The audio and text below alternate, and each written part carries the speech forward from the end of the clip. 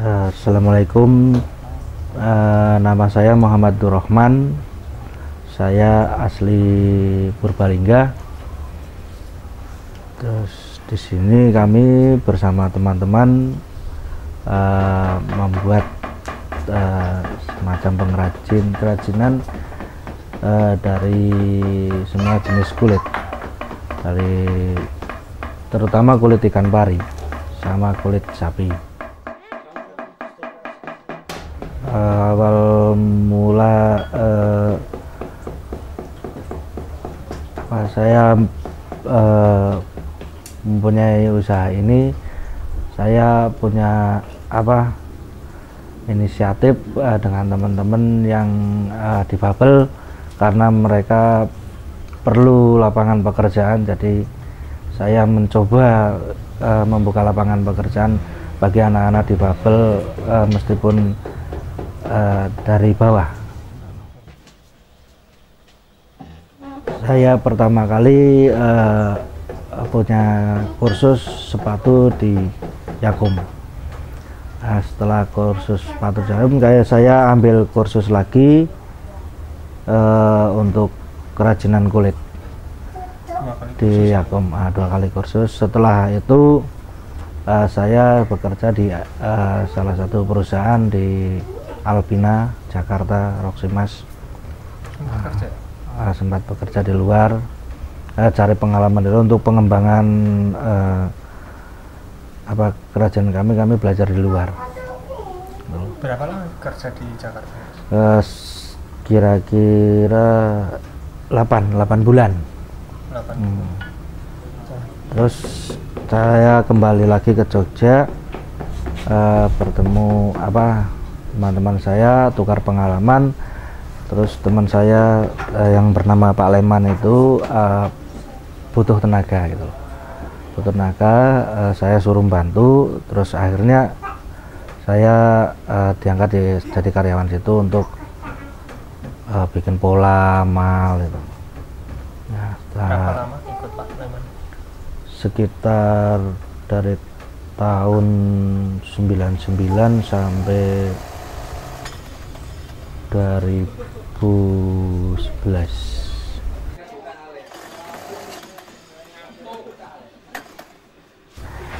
Ya, kami lakukan itu, pertama kita nggak usah takut untuk menawarkan kerajinan kita.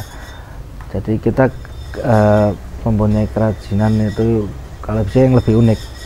Kita misalnya saingan di luar kulit ikan pari, kulit sapi.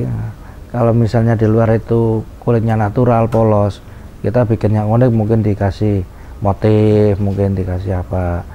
Terus kalau untuk natural itu kan bisa dari pelepah pisang, bisa dari yang berkaitan dengan cup menu, terus organizer, itu dari bahan apa aja bisa itu, kalau kita mau mengembangkan kreasi kita.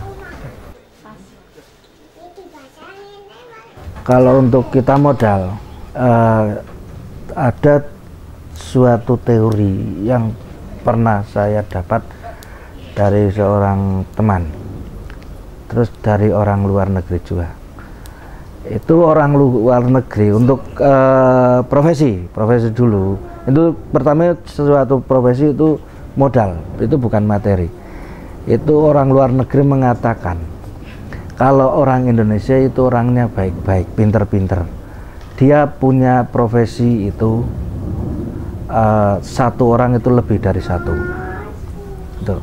Misalnya lagi rame jahit, dia ikut jahit. Lagi rame sepatu, dia ikut sepatu. Lagi rame bengkel, dia ikut bengkel. Nah, kalau menurut saya dia bukan mengatakan baik, bukan mengatakan pinter, tapi tidak profesional gitu loh. Kalau orang sana itu dia menceritakan temannya seorang pelukis, ya, seorang pelukis, dia sampai mati tetap pelukis, meskipun lukisannya itu tidak laku, tapi anak buahnya, murid-muridnya, seorang pelukis itu mempunyai teori untuk punya ide, punya teori untuk lukis itu diturunkan ke ke anak-anak banyak. Nah, jadi menurut pendapat saya, satu orang itu semasa hidupnya yang paling bagus itu satu profesi. Saya itu dari sepatu, tas, topi itu berkaitannya dengan kulit. Jadi saya bisa menciptakan sebuah alat, produk dan alat untuk difabel. Jadi aku belajar sama mereka yang difabel juga, karena saya harus memikirkan mereka yang punya kekurangan, bagaimana caranya dia bisa membuat dompet. Misalnya tidak punya kaki, terus dia pakai mesin dinamo, caranya gimana? Terus dia punya 2 telunjuk, terus ini jarinya 1, dia harus gimana?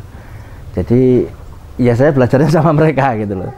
Bukan saya belajar sendiri, saya dia kayak gitu, terus saya harus membuat alat yang gimana supaya dia bisa itu loh.